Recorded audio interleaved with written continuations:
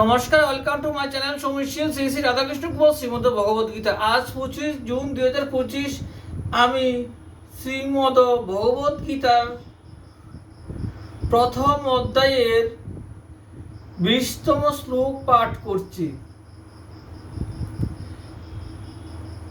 শ্রীমদ ভগবদ্গীতা কি জয়, শ্রী শ্রী রাধাকৃষ্ণ গোপাল শ্রীমদ ভগবদ্গীতা কি জয়। রাধাকৃষ্ণ রাধাকৃষ্ণ রাধাকৃষ্ণ।